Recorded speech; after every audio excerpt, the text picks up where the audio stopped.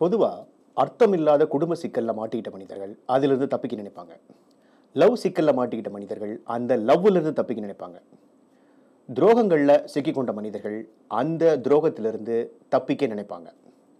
தவறான நண்பர்கள் கிட்ட மாட்டிக்கிட்ட மனிதர்கள் அந்த ஃப்ரெண்ட்ஷிப்ல இருந்து தப்பிக்க நினைப்பாங்க.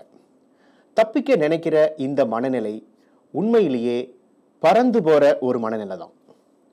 இது மாதிரி 3rd ஸ்டாண்டர்ட் படிக்கிற ஒரு குட்டி பையன் தான் வாழ்ற சிக்கலான வாழ்க்கையிலிருந்து தன்னுடைய இயல்பான குழந்தைத்தனமான வாழ்க்கைக்கு பறந்து போக விரும்புகிறான்.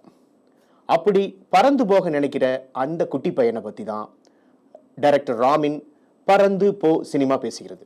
பொதுவாக நாம் வாழும் வாழ்க்கைக்கு சம்பந்தமில்லாத விஷயங்களையே கடந்த 90 வருஷமா தமிழ் சினிமா பேசிக்கிட்டு இருக்கு. அதுக்கு எதிர்மாறா நாம் வாழும் வாழ்க்கைக்கு உள்ள இருந்து இந்த சினிமா பேசியிருக்கிறது ஒரு நல்ல விஷயம். மிக பெரும்பாலும் ஹீரோ என்ற ஆணின் ஹீரோயிசத்தை பற்றியே தமிழ் சினிமா பேசிட்டு இருக்கு. எம்ஜிஆர், சிவாஜி, ரஜினி, கமல், விஜய், அஜித் என இந்த லிஸ்ட் வந்துகிட்டே இருக்கு. இதுக்கு நடுவுல குழந்தைகளின் மன உலகம், விருப்பங்கள், தேவைகளை சரியா சொன்னதுல இந்த சினிமா ஜெயிச்சிருக்கு.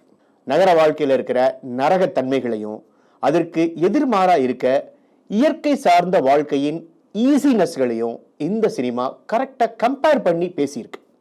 இது இந்த சினிமாவின் பலம்னு சொல்லலாம். நாம் வாழ்கிற நகர வாழ்க்கையின் கண்டிஷன்களையும் இயற்கை சார்ந்த வாழ்க்கையில் இருக்கிற நான் கண்டிஷன்களையும் இந்த சினிமா முழுக்க காட்சிகளா சொன்னதுல ஜெயிச்சிருக்கு.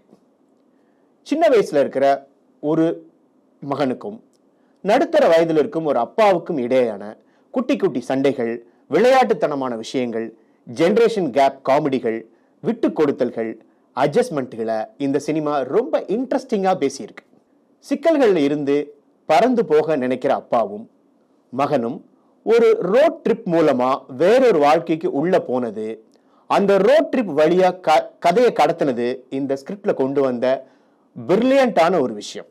மிகவும் சிக்கல் நிறைந்த மனித வாழ்க்கைக்குள்ள மறைஞ்சிருக்கிற ஈஸியான பக்கங்களை, தருணங்களை இந்த சினிமா சரியா பேசியிருக்கு.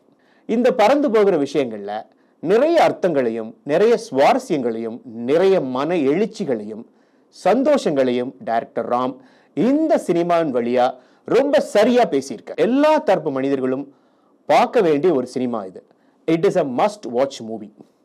எதையாவது அர்த்தம் இல்லாமல் பேசிக் கொண்டிருக்கும் தமிழ் சினிமாக்களுக்கு நடுவில் வந்திருக்கிற இந்த சினிமாவிற்கு நீங்கள் அனைவரும் ஆதரவு கொடுக்க வேண்டும். இது ஒரு ஃபீல் குட் சினிமா.